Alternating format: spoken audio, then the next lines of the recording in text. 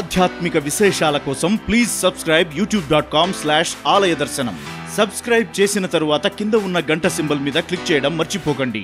సీతారామ పట్టాభిషేక సందర్భంలో అందరికీ అన్ని కానుకలు ఇచ్చేశారు. అయినా కూడా సీతమ్మ మాత్రం ప్రత్యేకంగా మెడలో ఉంచి ఒక హారాన్ని తీసి పట్టుకుంది.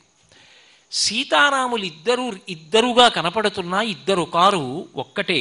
వాళ్ళిద్దరి మనస్సులు ఒక్కటై ఉంటాయి, శరీరములు వేరుగా ఉంటాయి. అందుకే అస్యాదేవ్యా మనస్తస్మిన్ తస్య చాస్యాం ప్రతిష్ఠితం తేనేయం సచి ధర్మాత్మా ముహూర్తమపి జీవతి అంటారు. అసలు సీతారాములు శారీరకంగా రెండుగా కనపడుతున్నారు, కానీ వీళ్ళ మనస్సులు ఒక్కటే. ఎవరి మనసు వాళ్ళ దగ్గరే ఉంటే నిజానికి వీళ్ళు ఇంతకాలం బ్రతికుండేవారు కాదు. సీతమ్మ మనసు రాముడి దగ్గర, రాముడి మనసు సీతమ్మ దగ్గర ఉండబట్టి వీళ్ళు బ్రతికున్నారు అంటారు హనుమ.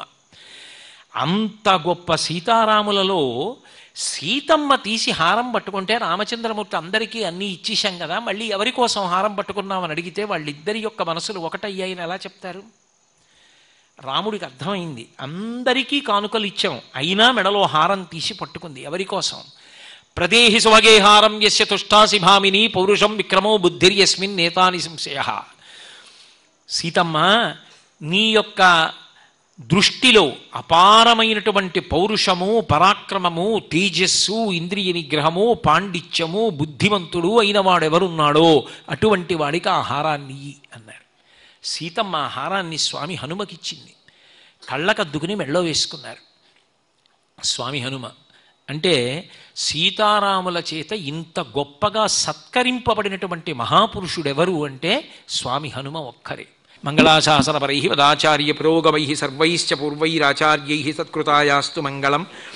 మంగళం కోసలేంద్రాయ మహనీయ గుణాత్మనే చక్రవర్తి తనూజాయ సర్వభౌమాయ మంగళం. ఉమాకాంతాయ కాంతాయ కామితార్థప్రదాయినే శ్రీగిరీశాయ దేవాయ మలినాథాయ మంగళం.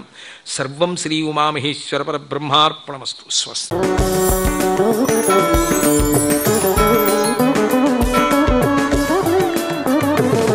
మరిన్ని ఆధ్యాత్మిక విశేషాల కోసం ప్లీజ్ సబ్స్క్రైబ్ youtube.com/ఆలయ దర్శనం.